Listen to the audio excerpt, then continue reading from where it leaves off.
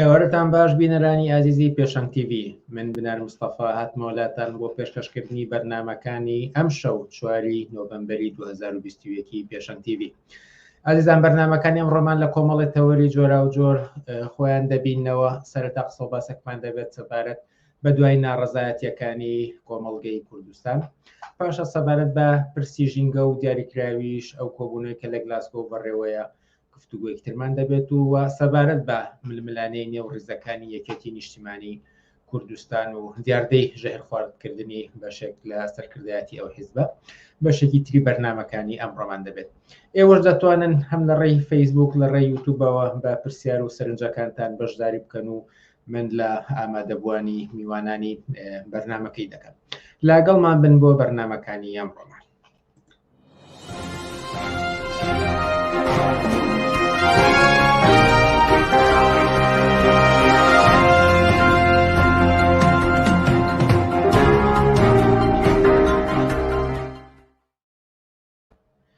ئازیزان، لە یەکەم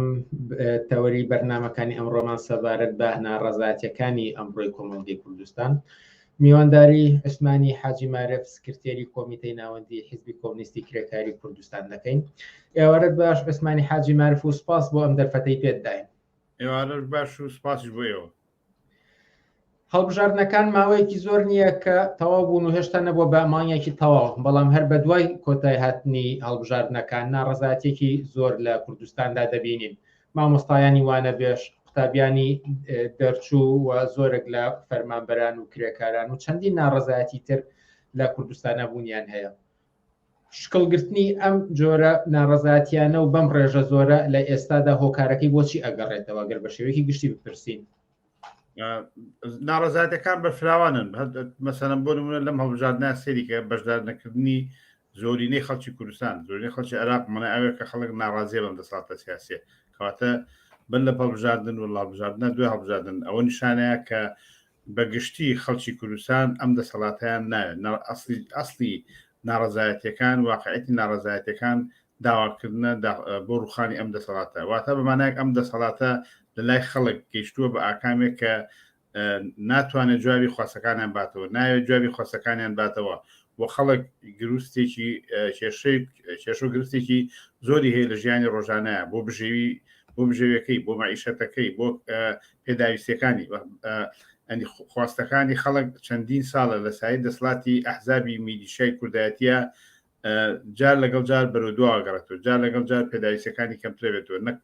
لە کارەبا، لە خزمەتگوزاریەکان، لە دامەزراندن، لە موچە، لە چۆنەتی هەتا دابەشکردنی موچە تا ئێستا معلوم نێ چۆنە بێت، هەتا ئەمی مامۆسایانی وانەبێژ لە هەموو بوارەکانی ژیانی خەڵکی کوردستانە ئەو پێداویستیانەی کە ئەبێت دابین کرێ کە دەسەڵاتی سیاسی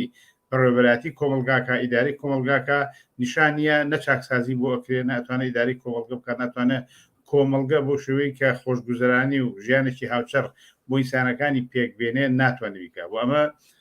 جار لەگەڵ جار لە ئەبینین لە 2011 ناڕەزایەتەکانی شوبات حەبشباتەوە کە دەستی پێکردووە تا ئێستا بەردەوامە لە هەموو ئەشکال و شێواسی جۆرا جۆرە. خەڵک خواستی هەیە، خەڵک پێداویستی هەیە، خەڵک بژێوی هەیە، خەڵک ئەوێ دامەزرێژ بۆ خەڵگەوەی جێگیری سیاسی هەبێ، خەڵگەوەی ئارامی بێ، خەڵگەوەی ئەمنیەتی هەبێ و ئەم دەسەڵاتە لە ماوەی ئەم 30 ساڵەیە سەلماندی کە هیچێک لەوانە ناتوانێت بۆ خەڵک بکات و خەڵک بەجیا لەوەی کە ئێستا فشارە هێنێ یەتە مەیدانەوە، یەتە شوێنەکانی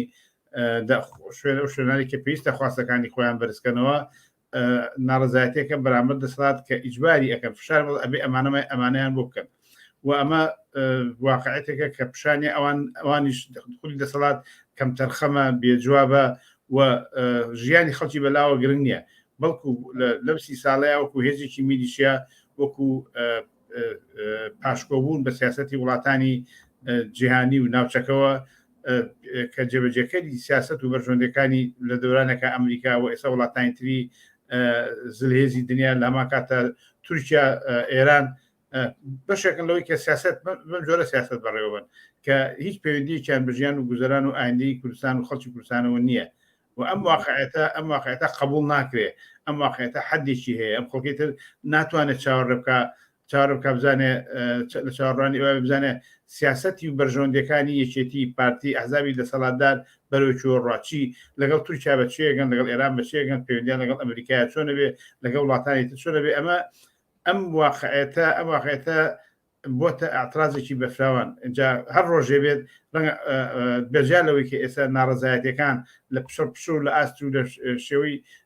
پیشەوەرانە یا لە هەش شوێنێکە بەجیاجە سەر هەڵدا بەڵام بە بۆچووری من واقعەتی کوردستان واقعی شارەکانی کوردستان لە ئانوساتی تەقینەوەیکی گەورەیە ئەمە کە بێتە گەورەترین ڕاپەڕی و ناڕزایەتی ئەمە واقعەتی ئێسەی کوردستانە ڕاستە ئێستا مثلەن مامۆسایانی وانەبێش ئەترازەکەن و خواستیان هەیە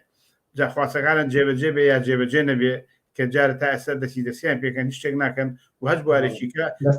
پرسیار بێ بەڵام من بەڵەفەرم ئەو دێڕە بەردەوام بە پاشان بەڵام ئەوە نیشانەیە کە ناڕزایەتەکان بەم شێوەیە نیە ناڕزایەتەکان تووڕەی خەڵک ناڕزایەتی خەڵک بێتاقەتی خەڵک بێزاری خەڵک هەستکردن بە نائارامی وە ئاسیەوەی کە تەحمل ناکەن چاوەڕەکەن قابلی تەقینەوەیکی گەورە بڕێ من و ئەبێ خۆمان ئامادە بکەین بۆ ناڕزایەتێک و خۆپشاندانێکی ڕاپەڕینێکی بەفراوانی جەماوەری کوردستان کە تووڕەیە لەم دەسەڵاتە کە کۆتاییبەت دەسەڵاتە بێنن ئەمە واقعەتی بەسەرلەگەیە ئێوەکو حیزبی کۆنستی کرێکاری کوردستان زۆرجار پشتیوانی ئەم ناڕزاتیانەتان کردووە 2000 لە سەرەتای ئەم هەفتەیەدا بە بەیاننامەی ڕسمی پشتیوانیتان لە مامۆستانی وانە بێژ کرد ئەمە لە کاتێکدایە کە دەسەڵاتداران لە کوردستان و تەنانەت لە زمانی وەزیری شەوە داوا دەکەن کە مامۆستانی وانە بێژ ئەو واقعەتی کە ئەمڕۆ لە کوردستاندا هەیە لە بەرچاوی بگرن ئێوە ئەو واقعەتتان لە بەرچاو نەگرتووە بەوەست تێرەگەشت بە سوالەکە چ واقعەتی چی بەچاوگیرین واقعیەتی بۆ نمونە کەمی بودجە نەهاتنی پارە لە لایەن بەغدادەوە و هەروەها ئەوەی کە نەیانتوانیوە هەموو ئەوانەی کە تەواوی کەمزان کۆ تەواوکەن بتوانن لە جێگەیەک واقعەتمان لە بەرچاو گرتووە 30 ساڵەمانە دەسەڵاتدارن 30 ساڵە قاچاقچێتیەکەن 30 ساڵە سەرروت سامانیان سەرروت سامانی کوردستانیان خۆرە کردووە دەسەڵاتی بەسەر هەموو چاڵەنوتەکانە بازرگانیەکەن و نەوتفرۆشیەکەن و پەیوەندیە ئەنجۆرەها پەیوەندی و بەژۆندی هەر چەندها جۆری سنوورەکان و داگیری سنوورەکان و بە تاڵانبردی سەرروت و سامانی کوردستان ئەمە واقعەتی ئەوانە و بۆتە هۆی کەڵکبوونی سەرمایەکی بێشمار لە باخەکانی دەروی وڵاتە بۆتە سەرمایەکی بێشمار بۆ بەرسەکان کە ژیانێکی فرعونی ژیانێکی ئەو پەڕی کەڵەکەی سەرمایە دروستکردنی خۆ دوورکردنی بەمانایە کە پێڵی بەهشتێ بۆ خۆیان باخ و باخات و مەسەرەن دروستکردنی وێلا و خەرجکردنی بێشمار مەسەرەن جۆرەها ئەمە منە واقعەتە بینین و ئێمەژە واقعەتە بینین خودی ئەم واقعەتە مانای ئەوەیە کە ئەو قڵشتە تەبەقایەتی ئەو قڵشتە چیناتی کە لە کوردستانە ئێستا ئاسێکی زۆر بەرفراوانی وەگرتووە زۆر گەورەی وەگرتووە کە ئیتر تەحمل ناکرێ کەسانێک مەسەرەن بۆ من 250 نار لە جیفانیانە نەبێ پارەی پاسی پێ نەبێ و کەسانێکیش ئەو پەڕی شاهانە و بەرپرسانێکی زۆر لە مەساتا لە ئاسی بنەماڵەکان و بەرپرسە حزبەکانە کە ئەبینین چ ژیانەکە ینی بۆ ئەمە بۆ ئەو کەڵەکەی سەرمایە هەیە بۆ ئەو سەرمای زۆرە بەڵام بۆ موچە داوین ناکرێت بەڵام بۆچی ناتوانێت جوابی خواستەکانی مامۆسانی وانە بێ بدرێتەوە مەسەلەکە قەیرانی دارایی نییە نەخێر ئەو ئەکیدن وایە کە خەیرای دارایی نیە یعنی کێشەکە خودی ئەو تەناقوز و ناکۆچیە کە ئەحزابی دەسەڵاتدار ئەحزابی بنەماڵە جەمسەرێکن کە ئەو پەڕی تەراکوبی سەرمایە کەڵەکەی سەرمایە لە بەردەمیانە و تەواوی سەر سامانی کوردستان خۆڕە کردووە و لە مقابلە لەسەر ئەساسی لەسەر بنەمای هەژاریکردنی خەڵک برسیکردنی خەڵک و کاری بەکرێکی کەم و مەسەرەن جەردەیی تاڵانی دزی هەموو ئەمانە واقعەتی وجودی ئەم هێزە بنەماڵە و هێزە میلیشە و ئەحزابانەیە و ئەبێ ئەمە ئەگەر ئەمە واقعەت بێ و ئەوان جوابەکەیان ئەوەیە کە بڵی خەیرانی دارایی بێ یا وجەنایە ئیزەن کەواتە ناتوانن ئیداری کۆمەڵگە بکەن فەرمو بابڕۆن ئەم دەسەڵاتە بەجێ بێڵن بۆ هەموو ئەوەشی کە خوارد ئەوەشی کە بردویانە بابی بن بزان ئەگەر جهتێکی ئازادی خوارد جهتێکی دەسەڵاتی خەڵک حکومەتی شورایی و دەوری ئەحزابی کۆمەنیستی و دەوری ئێمە بزانە چۆن ئەتوانین ئیدارەیەکی خۆشگوزەرانی ئەمنیەت باژووری بۆ خەڵک دابین بکرێت ئەتوانرێ بکرێت من تەمین یەکەم زمانەت هێم کە ئەمە ئەگەر ئەم حزب دەسەڵاتدارانە کۆتاییان پێبێ و کوردستان بەجێبێڵن یا شۆڕشی خەڵک ڕاوێنێ ڕاپەڕینی خەڵڕایانێ بە بۆچوونی من دەسەڵاتی شورایی دەسەڵاتی خەڵک ئەتوانێت ئەو دارایی لە کوردستان هەیە دابینی تەواوی پێداویستەکانی خەڵکە ئەتوانێت زۆری ئەو پێداویستانی کە لە ئاو و کارەبا و خزمەتگوزاری و نەوت و بەنزین و پێداویستەکانی ژیان و دا و دەرمان و هەموو شتێک کەتوانێت نەگەوەی کە بە نرخی چێرزان بە خۆڕایی بۆ خەڵکی دابین بکە ینی سەرۆک و سامانی کوردستان بە بۆچی من ئەمەنە زۆرە ئەمەنە بەرفراوانە ئەمەنە کەڵەکەی سەرمایەتیە بۆ ئەوان کە ئەتوانێت لە بری ئەوەی بانقەکان پڕکرێ بۆ خەڵک خەرچکرێ ئەمە کێشەکە حەلەکە و هێزێکی سیاسی حزبی کۆمەنسی کرێکاری کوردستان و دەسەڵاتی خەڵک ئەگەر دەسەڵات بەدەستی ئەمە بێ هەچی ئەو پێداویستیانەی بۆ خەڵک دابی نەکرێ و ئەمە وعدیش نییە منێ من وعدە و من شتێکی لە بابەتە تەکبیرەکەم واقعیت خۆی وایە ئەگەر من دەسەڵاتم بێ و نەمکرد کاتە منیش لە چوارچێوەی گەندەڵی و تاڵانی و زێتیا کوردستان بڕێبووم ئەوەنی ینی مادام مەجای تاڵانی و جەردەیی و خۆڕکردنی سەرمایە کەواتە ئەکرێت ئەوە نەبێت بۆ خەڵک سەرف کرێت و هەر هێزێکی سیاسی وەخت دەسەڵاتی خەڵک بۆچی من زۆر بە ئاسانی زۆر بە باشی ئەتوانێت بۆ خەڵک دابین بکە پێشەوەی من دو پرسیارم کەم پێم خۆشە لێرەدا سەرنجی بینەرێک بخەمە سەر شاشەکە و ئەگەر ئێوەش قسێکتان لەسەری هەبێت دەڵێ هەر هەڵچوونێکی جەماوەری ئەگەر ئێستا لە کوردستاندا ڕووبدات ئەوە دواتر هەر کۆپی هەمان دەسەڵاتی دووبنەماڵە دێتەوە سەر دەسەڵات ئەگەر سەرنجام دەسەڵات نەکەوێتە دەستی هێزە چەپەکانەوە سەرنجی ئێوە لەسەرم تێڕای نەچیە بەڕە بۆ دەخی ینی کولی هەتراپڕینێکی جەماوەری کولی داوایەک ئیدعایە بۆ ڕوخانی دەسەڵات هەم دەسەڵاتی لە شوێنێک دنیا ئەگەر ئەڵتەرناتیڤێکی گونجا ئەڵتەرناتیڤێت تعبیر لە واقعەتی دەسەڵاتی جەماوەری نەکا واقع دەسەڵاتی شوراکان نەکە لە دەخالەتی ڕاستەخۆی خەڵک نەکا لە دەسەڵاتی سیاسیە هەمان پرۆسە هەمان نمونە هەمان ئەزمون دووبارابێتەوە تەجربەکەیمان دیوە لە ئێرانە لە میسر لە زۆر شوێنی دنیا کە لە لیبیا لە هەموو نەگەوە زۆر جار خراپتر هاتوۆتە پێشەوە واتە ڕاپەڕینێک مانای هەیە و ئەتوانێت دابینی دەسەڵاتی خەڵکە کە تعبیر بێت لە دەخالەتی مباشری خەڵک تعبیر بێ هێزێکی سیاسی بێ هێزی جەماوەری بێ ڕاپەڕینی خەڵکی بێ کە بتوانێت ئەڵتەرناتیڤێکی دەسەڵات بۆ مانایی کە خۆشگوزەرانی بۆ خەڵک دابینەکە نەگەوەی کەڵەکەی سەرمایە بڕێوە بە یا مەسەلەن تاڵانی و بڕۆ جەردەی لە کوردستانە لە هەر شوێنێکی دنیا بڕێوەبەرێ و ئەمە بە چاکسازی ناگۆڕێت کە چاکسازی مەجای چاکسازیتیان نیە ئەبێ ژیانی خەڵک بۆ ئەبێ عمومەن دەسەڵاتێ سیستمەکەی کۆتایی بێ ئەمەی کە ئێستا هەیە سیستمێکی سیاسیە کە هیچ جۆر مەجای چاکسازیتیانە هەتا ئەگەر نمونەیەکی تر لە ئیسلامیەکان لە گۆڕان لە جۆرێکی کە بە هەمان بزوتنەوەی ناسیۆنالیستی و بە هەمان بزوتنەوەی ئیسلامیەوە ئیدارەی کۆمەڵگە بکەن قۆرخی دەسەڵات بکەن هەمان واقعەتی کە 30 ساڵ لە کوردستانە ئەم دوو هێزە سیاسیە بەرداوامیان پێوە بە جۆرێکی و بە ئەشکالی کە دووبارابێتەوە یعنی بێ ئاسۆیەک لە ناو خەڵکە هەبێ کە دوور بێت لە خواستی کە دوور بێت لە دەور و جێگا و ڕێگای بزوتنەوەی کوردایەتی دوور بێت لە ڕێگەی دوور بێت لە چوارچەوەی ئیسلامی سیاسیە دوور بێت لە دەسەڵاتێک کە لە سەر و خەڵکیوێت کە ئیرادەی خەڵک لە ناوە بە خەڵک بێ ئیراداکە شکۆی خەڵگەشتێنێ و ئەبێت دەسەڵاتی بێت کە ڕاستەوخۆ تعبیر لە ئیرادەی خەڵکە تعبیر لە واقعیت و ژیان و گوزرانی خەڵک بە تعبیر لە دەسەڵاتی بکە کە خەڵک بۆ خۆی ئیداری خۆی بکە بەمانایەک ئەوە بەدی دەساتە کە بنەمایەکی ئابووری دامەزرێنێ بنایەکی ئابووری دامەزرێنێ کە بەرەو یەکسانی بڕوە لە ناوچوونی هەموو جۆرە چەسانێک بڕوە ئەگەر ئەمە لە بەرنامە و ئەجدای هەرجێکی سیاسیان نەبێ دوایەکەی بە هەمان جۆر خڵشتی تەبقاتی و چەسانەوەی چینایەتی و واقعەتی هێزە سیاسەکان ئەوە پیشانەیەن کە جارێکی کە چەسانەوەی ئینسان لەسەر ئینسان بەرداوامی پێ وەک دوا پرسیارێک زۆر جار ئەبیستین کە دەوترێت لە کوردستانە ناڕەزاتی دەربڕین و خۆپشاندان لە بەرامبەر دەسەڵاتی دوو بنەماڵەدا بێ ئاکام دەمێنێتەوە، ئەوان گوێ نادەنا ئەوەی کە خەڵکی ناڕەزاتی دەردەبڕێت لە بەرامبەریانە وەڵامی خواستەکانی خەڵکی نادەنەوە. پەیامی ئێوە بۆ ئەو جەماوەرە ناڕازیە چییە؟ زای شوێنە بێئومێد بوون لەوەی کە تۆ جوابی خواستنانەوە ناواقعیە نابێتن لە شوێنێکا کە ئەم خەڵکان دەسەڵاتە قبول ناکە، ئەم دوو لە ماڵی قبول ناکە. ئەمە خەباتی ئەوێ، خەباتی سیاسی ئەوێ، تێکۆشانی ئەوێ، ئیشکردنی ئەوێ، ڕێکخراوبوونی ئەوێ، ئەشکالی جۆرەها ئەشکالی ناڕەزایەتی و خۆپیشاندانی ئەوێ، ئەبێ ئیشکەین لەسەری. ئەم دەسەڵاتە قەرارنی هەتاتە بە شێوەیەکی مطلق دەسەڵات لە کوردستان ناگوێتە دەست. هەروەک ناڕەزایەتیانی کەن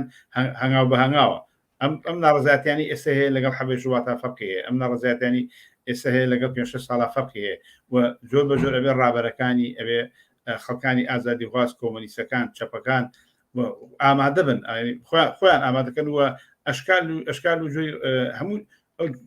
جۆرە ناڕەزایەتیانی کە پێویستن دەستی ئەم دەسەڵاتە کورد دەکاتەوە و دەسەڵات لە خەڵک دەسەڵات لە گەڕەکەکانە لە شوێنی ژیانە لە هەر شوێنی تکایە کە خەڵک بتوانێت ئیداری خۆیکە لە خوارەوە بۆ سەرەوە دەروجێڕێ ئەتوانێت دەسەڵاتی ئەم دەسەڵاتە سیاسی هەنگاو بە هەنگاو کۆتایی پێبێنێ بە ممکنە لە ڕاپەڕینێکیشە لە زینێکی جەماوەریە کە تەمەکو لە ئێران ڕوویاوە لە مصر ڕوویاوە لە چەندها شوێنی کە ڕوویاوە واقعەتێکە قابیلی ئەوەیە ئەو مەسەل بۆ من هیچ لەوانەیە تەوەقعەکەم چاڕێبەوەی کە ئەو قسانی کە لەسەر ئەو زوڵم و زۆری کە لەسەر هەولێر هەیە و کەپتەکرێ و دەسەڵاتی پارتی زۆرتر تەجدیدی لەسەر شاریکردووە ممکنە ڕاپەڕی لێەوە دەست پێ بکە ڕاپەڕین هەڵسو و تێک و پێکدانی دام و دەستگاکانی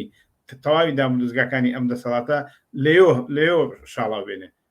هەموو شتێک تەوەقع ئەنی من بێئومێد دیم و چاهیوادان و هیچ کەسی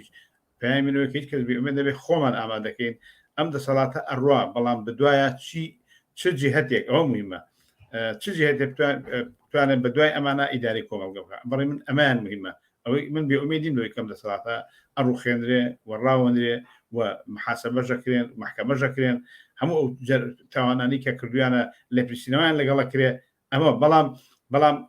بەڵام دەسەڵاتی دواتر لەسەر ئەوە بێ قسە بکەینەوە دەڵای دواترش بێ وەکو ئەو پرسیاری کە ئەو هاوڕێی پێشتر کردی فعلا ئێمە هەوڵ بین ئێمە هەمومان کۆمۆنیستەکان چەپەکان ئازادی خوازان دەسەڵاتێ دابیکەین کە تعبیر بێت لە ئیرادی ڕاستەوخۆی خەڵک گەڕانەوەی شکۆی ئینسان گەڕادەوەی ئیرادی ئینسان ئەم ئەگەر لە پێناو یەکسانی ئینسانەکانە لە هەموو بارێکەوە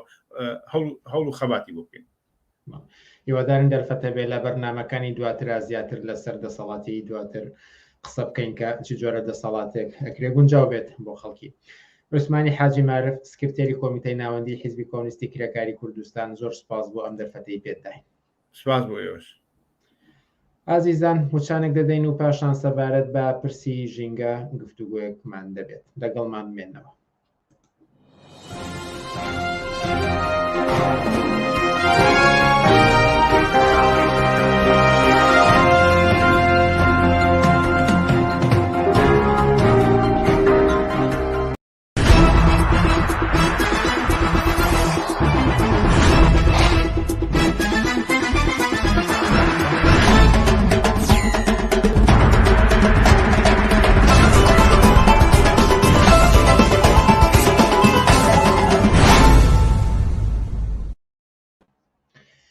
بەردەوامی لەسەر پێشکەشکردنی بەرنامەکانمان بینەرانی ئازیز و هەروەکودا سەرەتادا ئاماژەمان پێدا کە سەبارەت بە پرسی ژینگە و ئەو کۆبوونەوەی کە ئێستا لە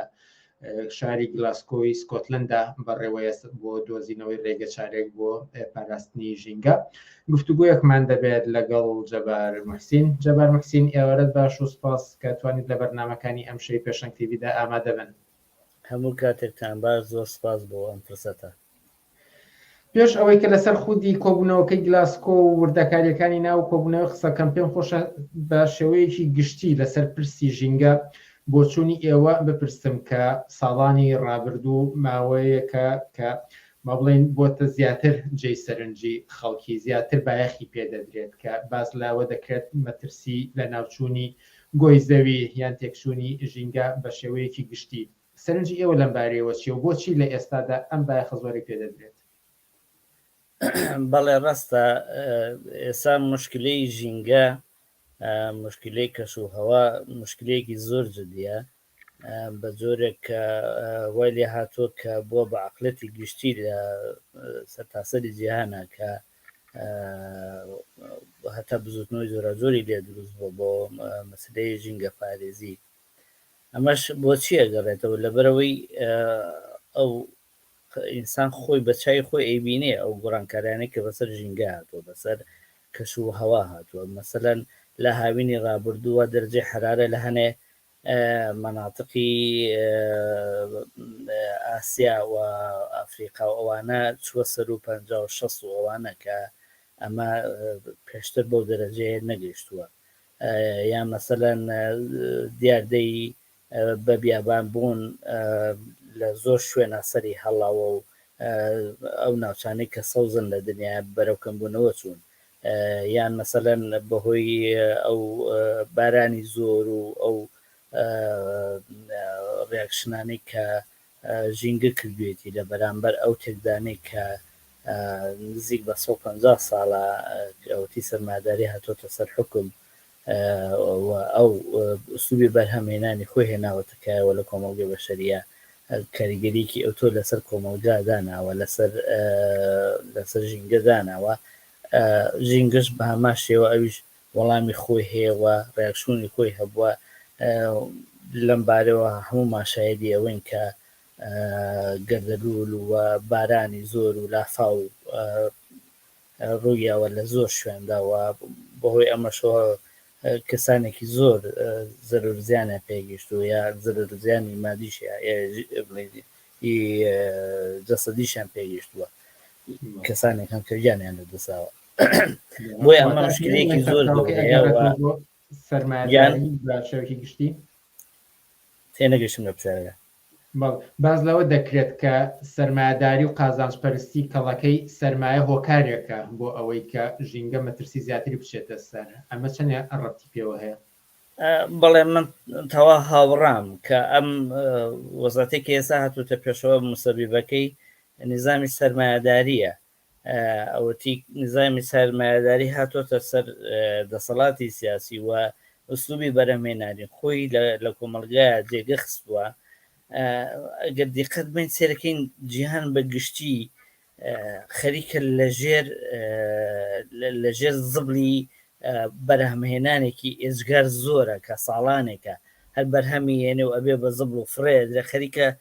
ژینگە هەموو گۆی زەوی خەریکە نوقمە بێ. ینی بۆ نمونە زۆرە لە وڵاتانی پیشەسازی گەورە وینەکانی خوان زبلەکانی خوانە نێرم بۆ ئەفریقا کە خەریکە ئەفریقا هەمووی نوقمە بێ و لە زۆرە وڵاتی ترە هەموو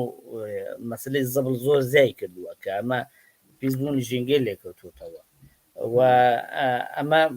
ئەم ناهاوسەنگە کە سەرمایه‌داری خستوێتەوە پەیوەندی بە ئوسلوبی بەرهەمهێنانی سەرمایه‌داریەوە هەیە کە ژینگە بەم جۆرەی لێ هاتووە، چونکە هەدەف و ئەوان قازانجپەرستیە، بازارە، بەرهەمزۆریە و بتوان بە زۆرترین شێوە کەڵەکەی سەرمایە بکەن و لەم پێناوە مەسەلەن چاویان لە هەموو شتێ پۆشیوە کە مەسەلەن ئەو شتانێک کە ئیکەن چ زەرەرێکی بۆ ژینگە چ زەرەریە بۆ سەرخودی بەشەریەت خۆی. ئێستا مەسەلەن دوای تێپەڕبوون بە زیاتر لە 150 ساڵ باس لەوە ئەکەن کە سووتاندنی خەڵوزی بەردین زەرەرێکی ئێجگار گەورەی هەیە کە ئەوە نزیک بە 150 ساڵە ئەمان پشتیان پێ بەسووە بۆ وەکو وزەیەکی سەرەکی بۆ لە پیشەسازیە بەکاریان هێناوە. ئێستا نەتیجەکانی دەرەکەوێت ئێستا بەم شێوە ئەیبینین. بەڵام بۆ خۆم بە شخصی لەو باوەڕێیان کە ئەو نەزەرەیە غەڵەتەکە بڵێن ئەمە تەواوی ژیانی بەشەریەتە خاترژێ پرسیارەوە و ژیان نامێنێ. ئەمە زۆرێکە لە حربێکی نەفسی کە سەرمایه‌داری بەرامبەر بە کۆمەلگایی کە من پێم وایە کاریگەری زۆر وێران کردا ئەنێ، بەڵام بۆ زۆرە نییە کە ژیان نەمێنێ لە سەر بۆی زەوی. بەڵام ئەگەر دقت بی ئێستا ئەو هەنێ لە مەناتقی زۆر گەرم هەیە لە ئەفریقا ئەوانە کە برسێتێکی زۆر ڕووی تێکردون و خەڵکانێک دەبرسە ئەمرن ئەم دیاردەیە ئەبێت چاوەڕوانی ئەو بکەین کە تەشەنە بسێنێ بۆ زۆر ناوچەیتر لە جیهانە مەترسیەکە ئەلێرایە لە زۆر باز دەکرێت هەروەها کە ڕەنگەوە ڕۆژگارێک وایە بێت کە سەدان میلیۆن کەس ناچار بن شوێنی ژیانی خۆیان بگۆڕن بۆ شوێنێکی گونجاوتر کە بۆ ژیان مناسب بێت دروست وایە مەجبور خەڵک بێت لەو شوێنی خۆی هەڵکەن بێ بڕوا بۆ شوێنێکە مەجای ژیانکردنی تیا هەیە چونکە ئێستا بۆ منە وڵاتێکی وەکو ئەفغانستان بازەواکەن کە وشکە و هیچینێکی ژیانی تیان نیە ئەو وڵاتە هەموو احتیمادێکی لەسەر ئەوەیە کە لە دەرەوە خواردنی بۆ بنێرن یعنی ئەمە تاکەی مەسەلەن ئەمە بڕەکە زۆر وڵاتی تر هەیە کە بە هەمان شێوە ینی بۆ زۆرەی لێ کە شوێن نامێنێتەوە بۆ ژیان لە هەنێ مەناتقی جیهانە مەناتقەکانی تریش ئیتر بەرگەی ئەم هەموو بەشەرە ناگری یان سیاسەتی ئێستا بۆ زۆرەنێ کە قبوڵیکەن ئینسان هەمووی کۆڕە و کا بڕۆ بەرەوە مەناتقانەی ترە ئێستا ئێمە بۆ نمونە کە لە نەرویجە ژین لێرەش هەتا گۆڕانی کەش و هەوا و ژینگە بە زۆرێ بۆ کە بەتەواتی هەستی پێیەکەی ئەنی زستان کورد بۆتەوە بەفرکەم بۆتەوە و ئەمانە هەموو تاسیراتی داناوە لەسەرەوەی کە ڕادەی نەخۆشی زای کردووە ئەمانە هەموو تاسیراتی خراپی هەیە لەسەر سەرژیانی مرۆڤایەتی و لەسەر زۆرێ لە زیندەوەرانیش کە بازەواکرێک کە بەرەوە ڕۆشتون کە ئینقرازکەن کە نەمێن زۆر باش ئەگەر بینە سەر کۆبوونەوەکەی گلاسکۆ کە بڕیارە دە ڕۆژی پێ بچێت و نوێنەری 120 وڵاتی جیاواز بەشداری تێدا بکات بۆ ڕێگە بۆ دۆزینەوەی ڕێگە چارەیەک لەم مەترسی کە ڕوبەڕووی پرسی ژینگە بۆتەوە هەروە باز دەکرێت کە کۆبوونەوەکە جێی اعتیبار نییە وەرنە هەر وڵاتەوە لەسەر کاغەز قسەکانی خۆی دەخوێنێتەوە و مناقەشەیەکی ئەو تۆ دروست نەبوو بۆ ئەوەی کە بەواقعەن بە شوێن ڕێگە چارەیەکی گونجاوە بن ئەوەی کە زۆر جێی سەرنجە بۆ منە ئامانجێک کە دیاری کراوە هەتاوەکو ساڵی 2035 ئەو ڕێژەی کە دەبێتە مایەی زیان بۆ ژینگە نیوە بکرێتەوە بەڵام وڵاتێکی وەکو هینداوا کات کە ئەم وادەیە دواخرێ بۆ ساڵی 2007 و زۆر شتی تری سەرنجڕاکێش دەبینین سەرنجی ئێوە لەسەر ئەم کۆبوونەوەی گلاسکۆ چێ و چەندێک ئەتوانێت بە پیر ئەو خواستەوە بڕوات کە ئەم مەترسیە نەبێتە شتێکی واقعی ئەوەی کە ئێوەش لە سەرەتاتە ئاماژەتان پێدا بەڵێ ئەم کۆبوونەی لوتکەی کە کراوە لە سکۆتلەندا لە گلاسکۆ بەڕای من هیچ جێگەی ئومێد نییە ئێستا ڕێگەچارەی سەرمایهداری جیهانی بۆ مشکلەی ژینگە بۆ مشکلی ئەی کەشوەوە کە بەم جۆرە تێکسووە و هەڕەشە لەسەر لە گوۆی زەوی ئەکا ئەوان چارەسەرەکان ئەوەیە ئەڵێن ئەبێت زۆرێک لە تەکنەلۆجیا و ئوسلوبی بەرهەمێنان بێنینە پێشەوە کە ئەمەە غازی دومۆکسیدی کاربۆن و NO نازان بە کودەکێوێ بەچی کاچێتە ناو هەواوە و ژینگە پیسەکە و گەرمی ئەکا و ئەم تەوازنە تێکەیە ئەڵێن بەم تەکنۆلۆژیا تازەیە ئەتوانێت ئێمە بەرمەوە بگرین تەکنۆلۆژیا تازەکەش هەمووی ئەوەیە کە ئەوان چاویان لەسەر خودی ئوسلوبی بەرەمێنانی سەرمایهداری نییە کە ئەمە مشکلە گەورەکەی بەڵکو تەرکیزی ئەوان لەسەر ئەو وزەیە کە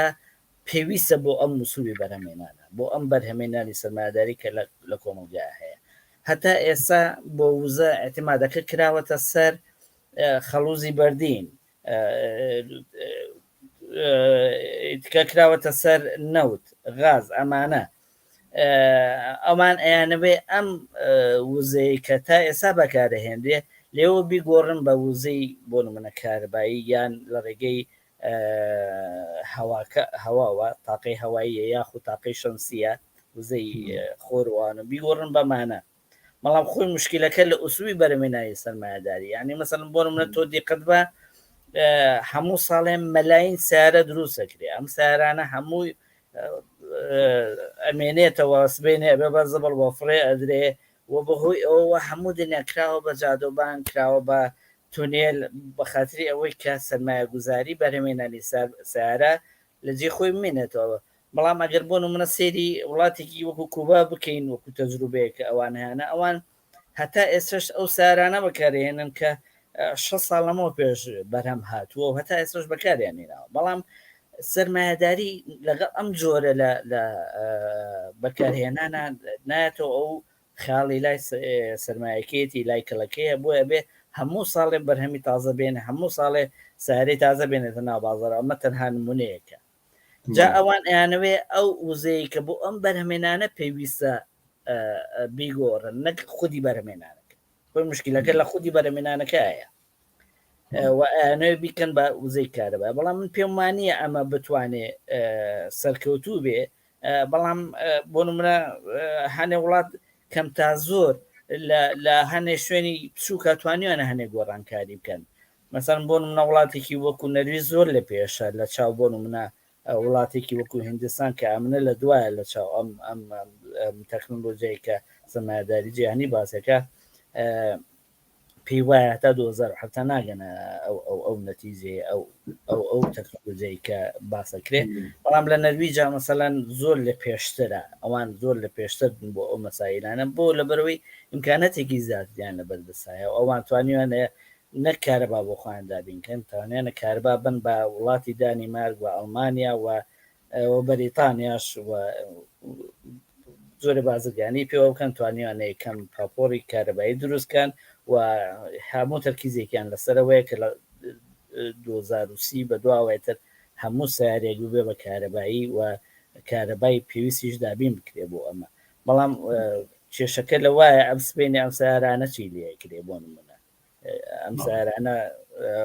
لە چۆ بەرهەمە هێندێ ئەمەش هەموو لە موادێکی خامەوە دەرەهێندێت لە ناو قوڵایی زەوی هێندێتە دەرەوە تۆ دەستکاری زەویەکەی تۆ دارە بڕیتەوە تۆ هەموو تەوازنەکان تێکی بە خاطری قازانج و کەڵکی سەرمایی خۆت لەبەر ئەوە بڕێی من ئەمە ئەگەر لە چوارچەی وڵاتێکی وەکو نەرویجا کە زۆرێ هەوای پاک کردوتەوە زۆرێ سەرکەوتنی بەدەزێنەوە بەڵام چاوی هێشتا لەوە نییە کە ئەفریقا نقم بووە لە زبلی ئەم پیشە سازەیە کە ئەوان افتیخاری پێوەکەن لەبەرەوە من پێم وایە سەرکەوتنێ بەدەست نایەنێ و ئەمانە زیاتر وەکو عیلاجێکی وەکو چارەسەرێکی وەختیە وەکو ریفۆرمێکە وەکو ڕاگرتنی خەڵکە لە ساڵێ چاوەڕوانیە کە بڵێ ئێمە توانین بەمە شتێ بکەین و چاوەڕوان بن و تا گۆڕانکاریەکان یەتە پێشەوە بەڵام ئەمە زیاتر من بۆ یەتە پێشاوم کە سەرمایهدارێکی ئەوروپی پێخۆشە کە پاسپیلێکە بعد بۆ ئەفریقا و یاتە دەست ئەفریقای گەڵێ من یارمەتی ئەفریقیەکم ماوە بەڵام چاوی لەوەنێ کە سەدان ساڵە خەڵکی ئەفریقی هەر لەو کاتەوە کە بە کۆیلە گرتویان و هێناویان و هەتا ئێستاش کۆیلی کارن و لە ژێر زەویەوە ئەو مادانەی کە پێویستە بۆ بێتەلەفۆنە بۆ سیارێ بۆ شتا بە کۆڵە پشتی ئەو ئەفریقانایی نەکردوای زبڵەکەژە بێتەوە بۆ 6 ملیەوە من پرسیار ئەگەر ئەم کۆبوونەوەی گلاسکۆ کە دەڕۆژ ئەخانێت و نوێنەری 120 وڵاتی لێیە جێی ئومێد و چاوەڕوانی نەبێت کەواتە ڕێگە چارە چییە بۆ پاراستنی ژینگە؟ بەڕێی من ڕێگە چارە ئەوەیە کە کۆتایی بهێنرێ بە ئوسلوبی بەرهەمهێنانی سەرمایهداری یعنی ڕێگەیەکی تر نییە چکە ئەم ئوسلوبی بەرهەمهێنانی سەرمایهداریە خەتەرە بۆسەر ژینگە خەتەرە بۆسەر ئینسانێت هەتا یعنی بۆ نمونە بڕوانە کشتتوکاڵ یعنی کشتتوکاڵ بەڕووکەشەکە سێریکەی یەکێکە لەو پیشە سازیانەی کە زۆر پاک و جوان دێتە بەرچاو تۆ کشتتوکاڵیەکەی تو دنیا سەوزەکەی بەڵام ئەمەش هەتا یعنی وانە ئەنی مەسەڵەن تۆ سێریکە بەرهەمهێنانی شەکر کە لە ڕێگەی قەسەبی سوکر بە کوردی چی پێڵێن لە ڕێگەی قامیشی شەکرەوە بەرهەمەهێنرێ زۆر زیاتر لە پێویستی کۆمەلگەی بەشەری بەرهەمهێنرا بە جۆرێک تەسیراتی لەسەر تەوازنی زۆر ناوچە دروست کردووە کە مەجبور بوون هەموو ئەو ناوچانە پاکانەوە لە هەر دار و درەخت و لە ئاو لە هەچی ژینگەی مەتقەکەیە تێکی بن بخاترەوەی کە ئەوی بێ بە بەرهەمهێنانی شەکر یا مەسەڵەن هەتا مەسەڵەن ئاو خواردنەوە ژێستا بووە بە زۆرێک لە بەرهەمهێنان ئاوەکەنە ناو هینەوە ئەکەنە ناو مەتاری بچووکەوە و ئەیفرۆشتنەوە و مەم جۆرە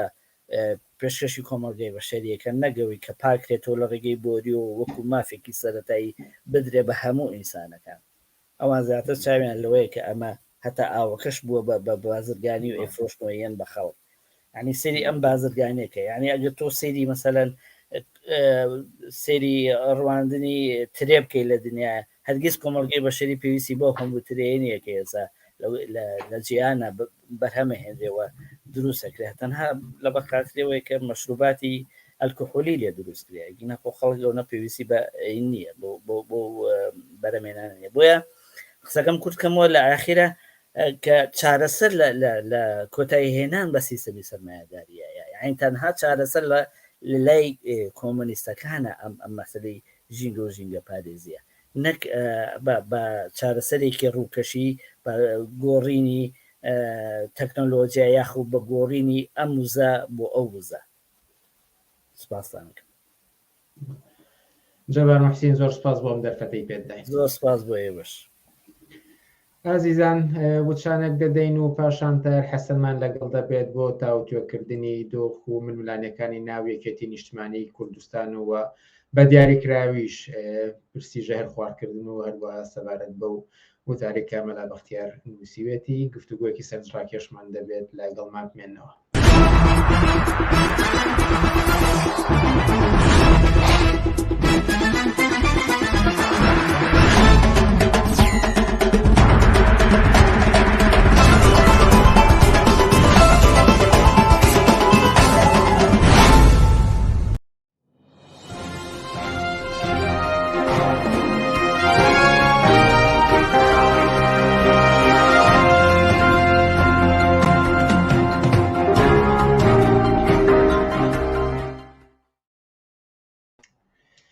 جارێکی تر سڵاو بینەرانی ئازیز سەبارەت بە ململانەکانی نێوڕیزی یەکێتی نیشتمانی کوردستان و ژێر خواردکردنی بەشێک لە سەرکردایەتی ئەو حیزبە تاوتوێی ئەم تەوەرەدە دەکەین لەگەڵ تاهیر حەسەن. تاهیر حەسەن ئێوەرە باش و سپاس بۆ ئەم دەرفەتەی پێداین. سپاس بۆ ئێوەش. ململانەکانی ناو یەکێتی نیشتمانی کوردستان چەند مانگێکە بەزەقی و بە ئاشکرایی دەبینرێت. بەڵام ئەم ماوەی ئاخیر زیاتر باز لە پرسیژە هەر خواردکردنی بەشێک لە سەرکردایەتی ئەم حیزبە دەدرێت و هەندێکیشیان باسییان لەوە کردووە کە ژێر خواردکراون و ئێستا لە چارەسەرن لە وڵاتانی تر. ئەمە پرسم بۆچی ئەم ژەهر خواردکردنە بوونی هەیە لە ئێستادا؟ بۆ نەجەمیل هەورامی ئەڵێ کە مادەی خراپ هاتوۆتە کوردستانەوە لەلایەن بازرگانی بێویژدانەوە و ئەمە هۆکارێتی، بەڵام ئەو کەسانی کە خۆیان ژەهر خواردکراون باز لەوە دەکەن کە ئەمە بۆ تەسفی سیاسیە. بۆچوونی ئێوە چییە؟ بەر لەوەی کە باسی ژەهر خواردنەکە بکەم ئەمەوێت باسیەوە بکەم کە خودی ئەم دیاردەیە ئەم چێشمە کێشانی ناوی یەکێتی کە گەیشتۆ بەم ترۆپچی بەهێزگاری داڕمانی ئەخلاقی و سیاسی کە گەیشتۆتە ڕادەی تا ڕادەی ئەوەی کە هاوسەرۆکەکانی باسی ژەهر خواردنی یەکتریەکەن بەر لەوە پشتی ئەم قەزیە کێشەیەکی گەورەترە. بە بڕای من کۆمەلگەی کوردستان خەریکە پێدەنێتە هەلومەرجێکی سیاسی کۆمەڵایەتی ترەوە و ئەمە بەر ئەمانی کە لەنێو ئەم حیزبان و لەنێو کولی بزوتنەوەی کوردایەتی ڕوئەدا بە ژەهر خواردنەکەشەوە کە دوای باسیەکەم ئاکامی ئەم هەلومەرجە تازەیە کە خەریکە کۆمەلگەی کوردستان پێدەنێتە ناوی سیرکە بەرزبوونەوەی ئاستی ناڕەزایەتیەکان و قوڵبدانی هەرچی زیاتری لە مامۆسایان، لە خوێندکاران، لە کرێکاران، لە زەحمەتکێشان، لە خەڵکی گەڕەکەکان لە هەموو شوێنێ لە نەبوونی موچە، لە دژی بەرزبوونەوەی باج و خەراج و دزی و گەندەڵی و تاڵانی وەڵام نەدانەوە و بێتوانامانەوەی دەسەڵاتدارەتی لە کوردستانە بۆ جوابدانەوە بە کەمترین و سەرەتاییترین خواستەکانی خەڵک. بوونی پەرلەمانی کوردستان بە مەسخەرە و گاڵتەجاری خەڵکی کوردستان و کەوتنەڕێی هەتا پەیامی داخستنی ئەم پەرلەمانە. وردە وردە خەریکە باز لەسەرەوە کرێ کۆمەڵێک پەرلەمانتاری کەوت لێرە و لەوێ خەریکن بە دوای ئەوە گەڕن کە حیزبێکی تازە دروست بکەن. بەشداری نەکردنی خەڵکی کوردستان لە ئاستێکی فراوان تا لە عێراقیشە لە مەسخەرەی هەڵبژاردن و سیناریۆی هەڵبژاردن. ڕادیکاڵ بوونەوە و هوشیار بوونەوەی زیاتر و چوونە سەری ئاستی ناڕەزایەتیەکان لە کوردستان و هاوکات لێک پچڕانی ڕیزەکانی بزوتنەوەی کوردایەتی و حیزبەکانیان تومبوونەوەی چێشمەکێشی نێوانیان کە ئەمە شۆڕ بۆ تۆ بەنێو خودی حیزبەکانیش و لە نێو ئەمانە یەکێتی و پارتیش یەکێتی و پارتی ئەگەر لە دەسەڵاتانە بوونایە ئەم هەلومەرجە بە یەشگاری دای ئەڕمانن بەڵام لەبەرەوەی کە پارە و ئیمکانات و شەک و ئەمانیان لەبەردەسایە خۆیان لە بەرامبەر ئەم قەیرانە گەورەیە خۆیان کردو بەڵام بەم شێوەیە لە نێو ڕیزەکانی یەکێتی و ئەمانەیە بەم شێوەیە ڕووی داوە ئەمانە هەموو ئەو ڕایەڵ و پۆی ئەو هەلومەرجە تازەیەن کە خەریکە کۆمەڵگەی کوردستان پێ ئەنێتە نێوی و بە بڕوای من ئەگەر یەک پلتفۆرمی شۆڕشی ڕانە شکبەرێ بە شۆڕش دەستپێکایتر ینی ئەمانە سیمات و تایبەتمەندیەکانی نیشانەکانی هەلومەرجێکی تازایە کە کۆمەڵگەی کوردستان دەیەوێت و خەریکە پێ دەنێتە ناوی چکت ناتوانێتە تەحملکە قڕشتی چینایەتی نەبوونی موچە یای تۆ تەسەور کە بەرمیلی دۆلار بەرمیلی نەوت بۆ $85 پێشووتریانون نرخی نەوت دابەزیەوە بۆیە موچە ناتوانین بین بەڵام ئێستا بە شکلێکی زۆر سەرشڕهێنەر نرخی بەرمیلی نەوت لە بازاڕی جیهانیە زیایی کردو بەڵام هەر موچە نادەن بە خەڵک مەجموعەیە نەخوێنەوار هاتوون ئەم هەموو قوتابیانە ئەم هەموو دەرەجیان هێنەوە بینین لەسەر جادەکان هەمووی کەوتون و ناتوانن بە هیچ شێوەیەک ئیدارەی کۆمەلگا بکەن ناتوان بە هیچ شێوەیەک وەڵام بە پێداویستەکانی کۆمەلگەیەکی هاوچەخیان سەردەمەرەوە بە ناڵی ئازادی و یەکسانی حکوومەتی سۆسیالیستی بەڵام شکلێک لە کۆمەلگا بتوانێت بڕێ و بڕوا کۆمەلگا ناتوانێت بڕوا کۆمەلگا توانای تحملی نییە بۆیە ئەمام هەلومەرجەیە کە خەریکە کۆمەلگەی کوردستان پێدەنێتە نێوی ئەو سیماتانی کە باسم کرد ئەم وەزعیەتە ئەم قەیرانە بەم شێوەیە لەسەر یەکێتی نیشتیمانی کوردستان دەڕەنیاوەتەوە یەکێتی و پارتی ئێستا ئیتر دوو حیزبی سیاسی نین بە معنای بڵم دوو کۆمپانیای گەورەی زەبەلاحن سەرانی نێویان نێو ئەمانە هەر یەکێ لەمانە فەیلەقی هەیە هێزی چەکداری هەیە دژە تیرۆری هەیە و کۆمپانیای گەورە گەورەی باج و خەراج و دزی و تاڵانی و هێنان و بردن و بازرگانی جگەرە و دەرمان و هەموو ئەمانیان هەیە ئەمانە بە هێزی چەکە پارێزدێ لە نێو خودی ئەم حیزبانەیە شەڕە لەسەر ئەم جۆرە پارە بردن و دەستگرتن بەسەر ئەم سەرەت و سامانی کۆمەلگای کێشەیە لەسەر ئەمە بەزمە لەسەر ئەمە مەسەلەی ژار خواردنەکەش هەرەمەیە جایسە ئەم لە ڕاستەکە ئەو لە ڕاستەکە ئەمەیە قەزیەکە بەڵام ئەگەر ئەمە مەسەلەی ژار خواردنەکە بخەینە ئەو لاوەرە تۆ سێری نێ و هینیان حیزبانەکە کەم تەسفیەی سیاسیان چۆن کردووە وەرە باچین بەسەر پارتی باسی زۆر کۆن ناکەین لە کاتی کاتێکە لە شاخ بوون باسی ئەوەکەین لە دوایینەوە یەکەوە کە هاتوونەتە ناوشە هێست هەتاوەکو ئێستا هیچ کەسە نازانێت جەوهەرنامێک کە مەکتەبی سیاسی پارتی دموکراتی کوردستان بچی لێ هات و چۆن مرد بۆ مرد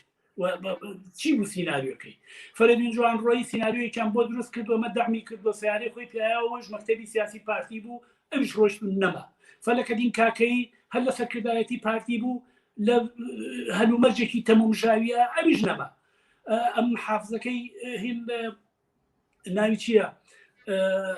فرسەت سۆفی ئەوش لە سەرکردایەتی بوو هەر لە ماوەیەکی زۆر کە ماخەری بوو نەسیحەتی خەڵکێکە کە خۆیان پارێزن کە چی وتیان لە تورکیا و نەماوەیش ئەوش تەواو بوو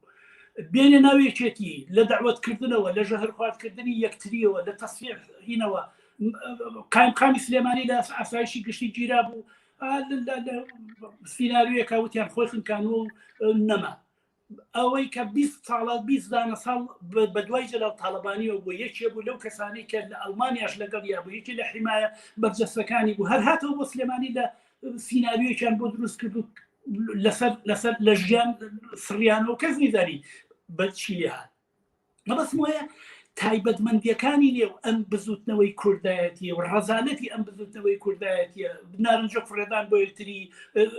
هێرشکردنە سەر کەرامەت و کەرامەت شکاندنی یەکتری شەڕی ناوخۆکەیان بەبەستمەوەی لێوان لێوە لەم جۆرە تەسفیەکردنە سیاسیە لابردنی تەسفیەکردنی سیاسی بێشەخسیەتکردنی یەکتری لێوان لێوە مێژووەکان لە ئەو نمونانەی کە بژاردم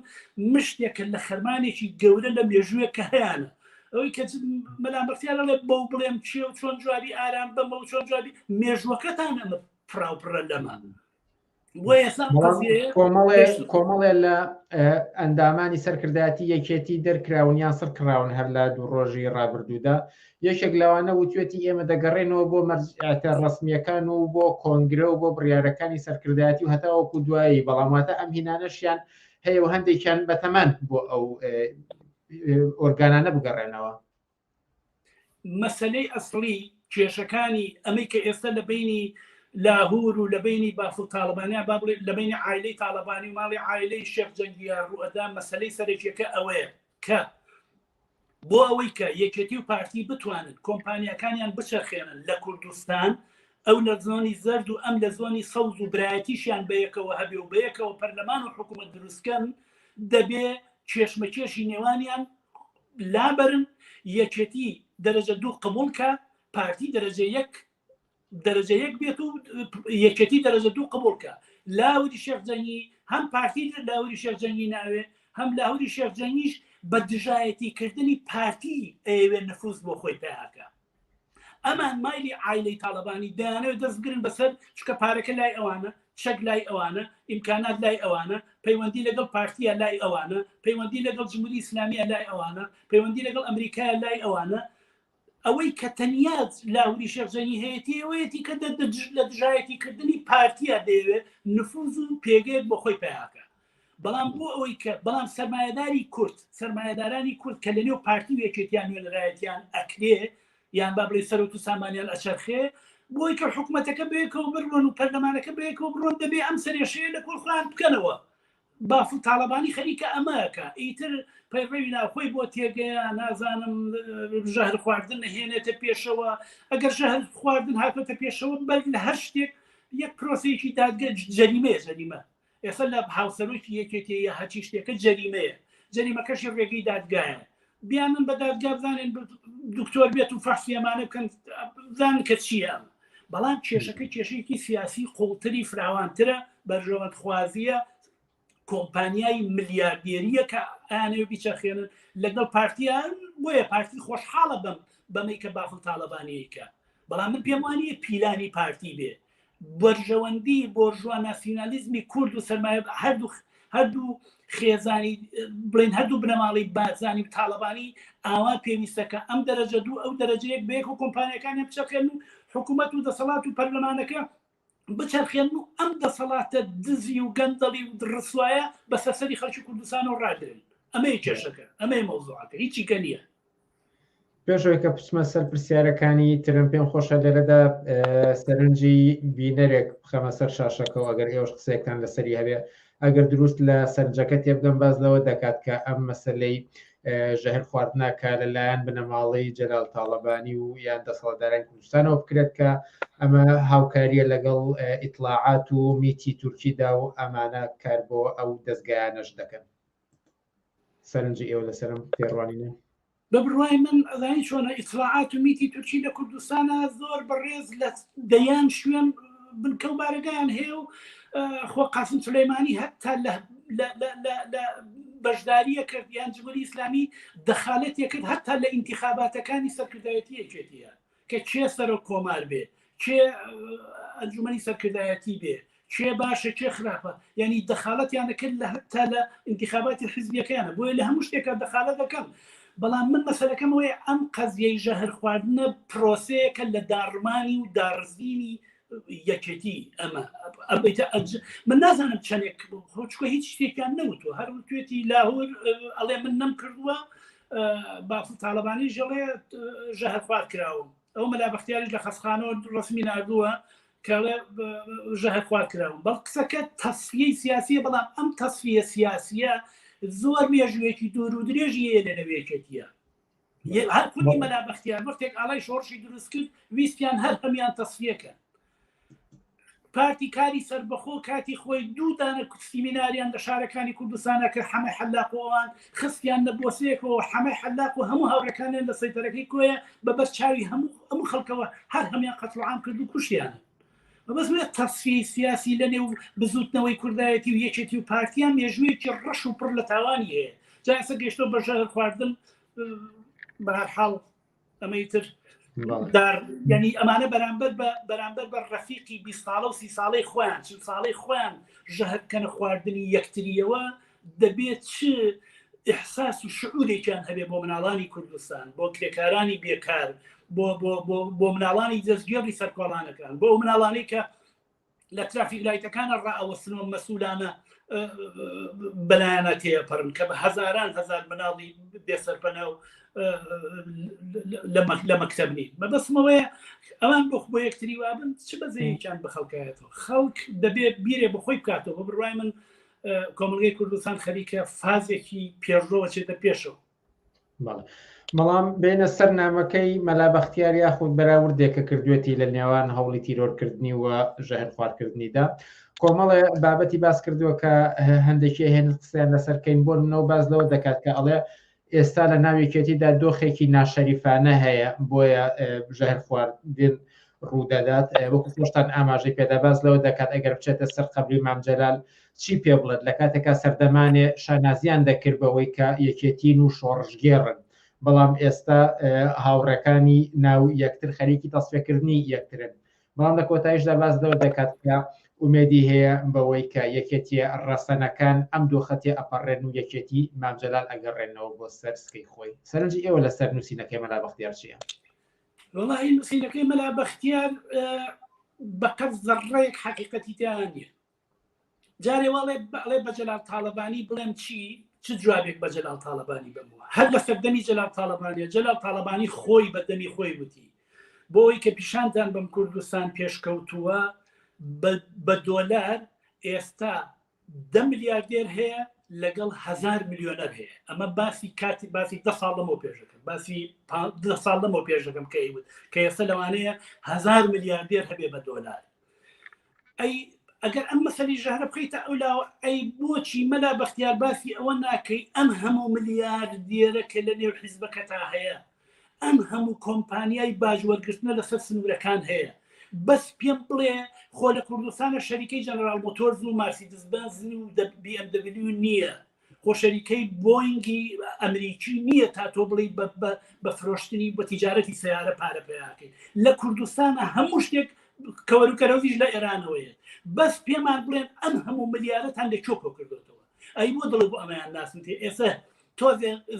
زەهریان کردوتە ناو هینەکەتەوە ئەنجا ئێساڵی کوردستان ئاوای لێهاتووە ئەی خەڵکی کوردستان 30 دانە ساڵە دووکەڵی مۆلیدا چێ بە بێرویە ئێستا پاڵاوگەنەوتیەکانیشی چۆتە سەر 30 دانە ساڵە بێکارەبا و بێ ئەو بێموچە و بێنان و بێ ئەوانە هیچ وەرزشی نەبوو لەلات ئێستا دڵۆ پێک چۆتە ناو خوێنەکەتەوە ئەم هەموو ژەهرە کە کرا بە خەڵکی کوردستانە ئەم هەموو نەخۆشی سەرەتانە کە لە کوردستانە بەهۆی دەرمانی ئەکسپایر و بەهۆی خواردنی ئەکسپایر و بەهۆی پیسکردنی ژینگەی کوردستان و بەهۆی هەموو ئەمانەوە تووشی خەڵکی کوردستانتان کرد و ملیارەها دۆلارتان نایە سەریەک کە ئێستا هەزاران چەکدار لە دەوری خۆتان بۆ پاراستنی دەسەڵاتی خۆتانە پارێزن ئەی ئەمان بۆ جێگەی سەرنج نەبوو هەتا هەفتەیە پێش ئێستا کە معلوم بوو بێت تۆ یەکێت دەرمان خواردکراوی هەر ئەدوت بەدیلی یەکێتی هەر یەکێتیە من هەر یەکێتیم یەکێتی تەنیا هێزێکە کە ئەتوانێت خەڵکی کوردستان ڕزگارکە بۆ ئێستا وای لێهات دەبەرەوەی کە دەرمان خواردیان کردووی بۆیە مەبەستمەوەیە لە سەردەمی جەلال تاڵەبانیشە ئەم هینانە نەکات بووە ئەساسەکەی لەوێەوە داڕێژراوە لە سەردەمی تاڵەبانی و بەرزانیەوە ئەم قەزیە ئەم دەستی پێکردووە و ئێستا گەیشتۆ بەم ئاستۆی کە گەیشتۆ بەم ئاستە دارزیوە هەتا دارزێنی سیاسی دارزینی ئەخلاقی دارزینی هەموو پەرپەرتی نێوکەیزەکانیان وەکو وتم بڕوا بکە ئەگەر بێتون ئەمانە لە دەسەڵاتە نەبوونە چەک و پارەیان لەلا نەبووایە یەک نەفەریان بە دەورەوە نامە یەک نەفەر هەڵەوەشانەوە لە بلو ڕەگە هاتنە دەرەوە بەڵام بەهۆی دەسەڵاتێکەوە کە هیانە خەڵکێکی ئێجگار زۆریان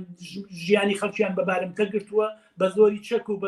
بە ئیمکاناتی پارە بەخۆیانەوە چارەنووسی خۆیانیان لەگەڵ ئەوانیان لەگەڵ چارەنووسی خۆیانیان تێکەڵاب کردووە تا پارێزگاریان لێ بکەن بەڵام ئەمە زۆر درێژە ناکێشێ بە بڕۆی پێشەوەی کۆتا پرسیارم بکەم کۆمەڵە سەرنج هاتۆ بەداخۆ ناتوانم هەمویان بە وردی بخوێنمەوە تەنانەت ناتوانم هەمووشیان تاوتێ بکەم بەڵام ئەگەر چەندانێکیان بخەمە سەر شاشەکە و بە کورتی خۆم بە پێی تێگەشتنی خۆم ئاماژیان پێ بکەم یەکێک لەو سەرنجانە باز لەوە دەکات کە عێراق و کوردستان لە دۆخێکی چاکبەستووەدایە و ئەمە شۆکارەکەی دەگەڕێتەوە بۆ سیاسەتی ڕۆژئاوا بە گشتی و هەروەها ڕێگە چارەش لای خەڵکە ئەگەر بە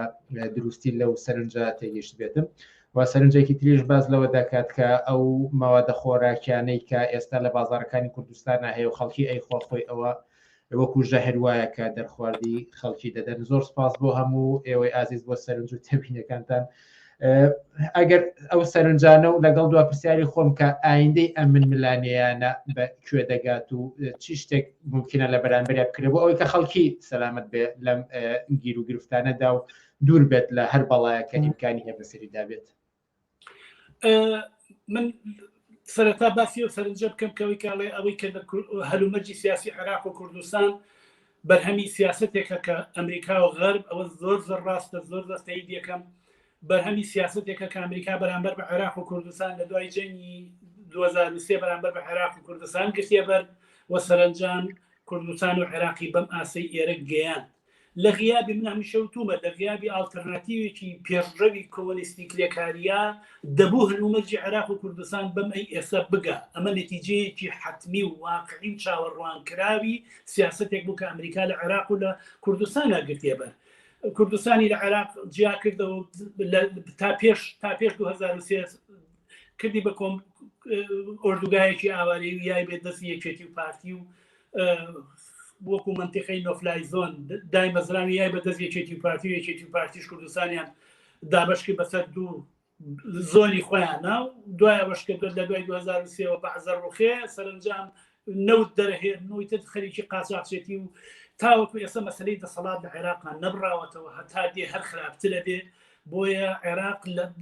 عێراق و کوردستانیش بە بڕای من لەبەردەم تەقینەوەیەکی جەماوەری زۆر زۆر گەورە و زەقمدایە تحملکردنی ژیان ئەمڕۆ سپاردنی ژیان ئەمڕۆ بەسبەینێ بۆ خەڵک بۆتە کارێکی سەخت ینی کۆمەڵێک لەو پەناهەندانم بینی گوێم لێگرت کە لە وڵاتی بیلاڕوسیا و ئەمانە لەم کورد و عەرەب و ئەوانەکە بڕێون بگەن خۆیان بگەێنە وڵاتی ئەوروپی لە خراپترین هەلومەرجی ژیانان لەژێر چەدر و باران و سەرمایان کەچیڵێ ئەگەر بژمرم ناگەڕێمەوە بۆ کوردستان یعنی ئەم ڕقە بەرامبەر بە ژیانێکە بێحرمەتکردنی بەشەر ئینسان لە سایی دەسەڵاتی بزوتنەوەی کوردایەتیان لە کوردستان لە 30 ساڵی ڕابردووە بێوێنە بووە بێوێنە تا ئەوەی کە چی بکەین باشە بە بڕوای من وتم پێشووتر وتم خەریکە لەو مەرجێکی تازە دەست پێکە کوردستان خەریکە دەچێتە ناو فازێکی ترەوە تۆ ملا حەزە بکە ئەو ترس و خۆفەی کە خەڵکی هەولێر پێشووتە خەڵکی هەولێر و بادینان پێشووتر لە جەبەروتی پارتی بویان وردەوش خەریکە ڕەوێتەوە خەرچی لە شێوازی جۆرا و جۆر لە خۆپشاندان و هاتنەمەدان لە هەولێر و منتیقەی بادینانی شاو لە زۆرەوەی کە پێڵەن زۆری زەر دەستی پێکردبووە ئەمە ئاماژەیەکی زۆر شۆڕژ گەڕانەی باشە ئاماژەیەکی زۆر شۆڕژ گەڕانەی باشە ئەوەی کە ئەم تۆڕە کۆمەڵایەتیانە کە خەڵک بەهانای یەکەوە چن لەم لافاوەی هەولێرا تۆم لە حەزب کە خەڵک بەهانای یەکەوە چوون ئەم ڕۆحی هاوپشتیە لە نێو خەڵکە فاکتەرێکی زۆر مهمە و لە بەرامبەری ئەم بەریشە دەسەڵات بێتوانایە لە کردنی ئەم جۆرە ناڕەزایەتیانە بەهەرحاڵ ڕێگەی جۆرا و جۆر خەریکە نەگەر لەبەر بۆ نموناڵێن لاهور شێخجەنگی لەوانەیە حیزبێکی تازە دروستکە یان مەجموعەی پەرلەمانتاری ترخمە خەریکن حیزبێ دروست دەکەن ئەمانە نیشانەی ئەوەن ئەگەر بەرێکی ئەوە بێت کە هەوڵەدەن بۆ ئەوەی کە ئەم تەقینەوە جەماوەریە کۆنتترۆل کە بەدەوەی کە لە حەڤی شوبات تا بزوتنەوەی گۆڕان کردی بەڵام دیوێکی تری باش و مثبەتیشی ئەوەیە کە خەریکە هەلومەرجێکی شۆڕژگەڕانە دەست پێکە و هەمیشە لەم هەلومەرجە شۆڕژگەڕانەیە بۆژوازی خەریکن ئەحزابی جۆرا و جۆری کۆنتێگەدەن و خەریکن شتی تازە دروست بکەن بۆی کە بتوانن بە شێوازێکی تازە نوێ و بێنە مەدان و کۆنتترۆلی ناڕزایەتی خۆپشاندانەکان بکەن زۆر جار بینیمانە حتا وەزیری حکوومەتێک دوایە چ حیزب دروستەکە بێ بە ئۆپۆزیسیۆن و خۆی خدێنێتە نێو خۆپیشاندانەکان خۆی خزێنێتە نێو خەڵکەوە ئەوەی کە پێشووتر دیفاع و سوێنی خواردووە بە سەری حیزبەکەی خۆی بەجێڵێکێ بەرەیەکی کە دروست دەکات بۆی کە پەلاماری خۆپیشاندانەکان بن نێڵێ ببێ بە تەقینەوەیکی شۆڕژێڕانە سەرنجام کولی دەسەڵاتی سەرمایە بخاتە خەتەر بۆیە لەگەڕک لە کارگا لە قوتابیان دەبێت چاو بڕنە ڕێکخراوبوونی خۆیان لە دەوری یەکتری کۆ ببنەوە ئێستا زمینەیەکی زۆر باشی کۆمەڵایەتی و ئاسێکی باشی وشیانی خەریکە دێتە پێشەوە کە خەڵک هیچ ئومێدێکی بەمانەوە ئازانەکەم دەسەڵاتە هیچ شتێکی پێناکریان پەرلەمانە بێژگەل لە تەمەڵخانەیەکی تەوەزەلی مشەخۆر هیچ شتێکی کە نییە بۆیە وردە خەریکن پشت دێن بەیەکەوە و لە دەوری یەکتری کۆ ببنەوە و لە گەڕک لە کارگا لە زانکۆ لە دایرەکان کۆبنەوەی گشتی خۆیان بگرن و سەرنجام وردە ئەموری شارەکەی خۆیان ئەموری گەڕەکەەکەی خۆیان ئەموری کۆبنەوەی گشتی بکەن نوێنەرانی خۆیان هەڵبژێرن یعنی چی منطق نییە آخر منطق نییە وڵاتێکی ئەوها دەوڵەمەند بەم هەموو ملیارەوە بەدەست مەجموعەیە چەتەوەیە هەر بەجددی بەدەست مەجموعەیە چەتەوەیە نە سیاسەتی نەزانێ پەروەردە خوێندن دابمەزرێنێ نەزانێ بەهەرحاڵ بەم جۆرە بێسەرەوە بەرێ و دزی ژەردەیە دەسەڵات دڕێەوە بەرێ و هەرە مەشە فەلسەفەی وجودیشی ئەمەیە بۆیە کەسانێک گەڵێن چاکسازی پێ ناکرێت چاکسازی بکەن ئەڕوخێن چاکسازی بکەن ینی بۆ نمونە بێن داهات و سەرەت و سامانەکان کۆ بکەنەوە تەوزیعیکەن بەسەر خەڵکە بێن مامۆسایان موچەی تەواویان پێبن بێن خەڵکێکە بێکارن وردە فەرسەتی کاریان بۆ بدۆزنەوە ئەوە بکەنە ڕوخێن خەڵک قبوڵی ناکەن مەجموعەیە دز و مافیا دەسەڵاتیان گرتۆ بەسەر مقەدەراتی کۆمەلگەیەکی بە شدەت دەوڵەمەندە بڕۆ سێری کەدانان پەرلەمانەکانی خۆیان چیەڵێن باسی چ دزیەکەن کە لەو سەر حدودانە کرێ کۆمپانیایك بەس وەرەقەیەکی ئەیفۆڕە فرۆشیە هەمومانێ $15 میلیۆن خاتە گیرفانیەوە لەم لاشۆ بە کرێکارانە موچە نیە موچە لە بەغداوانایە بۆیە موچە نیە ئەو هەموو کۆمپانیایەکە هەمووشی خۆیان درستیان کردووە هەمووشی خۆیانە بەهەرحاڵ کۆمەلگەی خەڵکی کوردستان ئەگەر دەستبەرن شایستەی ژیانێکی ئازاد و یەکسان و خۆشگوزەرانن سەرەت و سامانیش لە کۆمەلگادا ئەمەنە هەیە ئەمەنەش ئینسان و ئینسانی بەهرەمەند لە هەموو مەدانەکانی ژیانە لەو کۆمەلگایە هەیە کە ئەتوانن کۆمەلگا بە جوانترین و ئینسانیترین و عەدالەتترین شێوە کۆمەلگەی کوردستان بڕێوە ببرێ بە شەرتێ لەم دز و جەردە و چەتانە پاک بکرێتەوە دەبێت چاو ببڕنە شۆڕەش هەر حیزبێکی سیاسی هەر کەسێک بیەکەم دەسەڵاتە چاکە یان بانەوازی خەڵک کە ئەم دەسەڵاتە چاکە چاکسازی بکە بەرژەوەندی هەیە لەمانەوەی ئەم دەسەڵاتە بەڵام ئەوێ خۆی بچێتە جێگەی بەشێکی دەستکەوێت یان بەشەکەی ئێسەی کە کەمە زیاییکە ئەم دەسەڵاتە چاکسازی هەڵناگرێت من چەند جاری چکە ژوتوم بە سیارەی پۆلۆنی ناکرێ بە مارسیدس کاکە ناکرێ بیکەی بە مارسیدس زۆکەوە کەسی دێوانە دانیشت بچێتە ژێر زەمینەکەی ماڵی خۆیانەوە پارچەیە ئاسن بەرێ بە سمارتە بیرە بیکا بە ئاڵتون نابێ بە ئاڵتون. دار حەسەن زۆر سپاس بۆ ئەم دەرفەتەی پێداین و بەشدار بووی لە بەرنامەکانی ئەم شەوی پێشەنگ تیڤیدا. زۆر سپاس بۆ ئێوەش بۆ گوێگران و بۆ بیسەرانی ڕادیۆ پێشەنگ. زۆر سپاس. ئازیزان خۆشەویستان هەر لێرەشدا دێینە کۆتایی بەرنامەکانی ئەم هەفتەیەمان تا هەفتەی ئایندا کاتێکی خۆش بۆ هەموو لایەک و هەرشاد و سەرکەوتومە.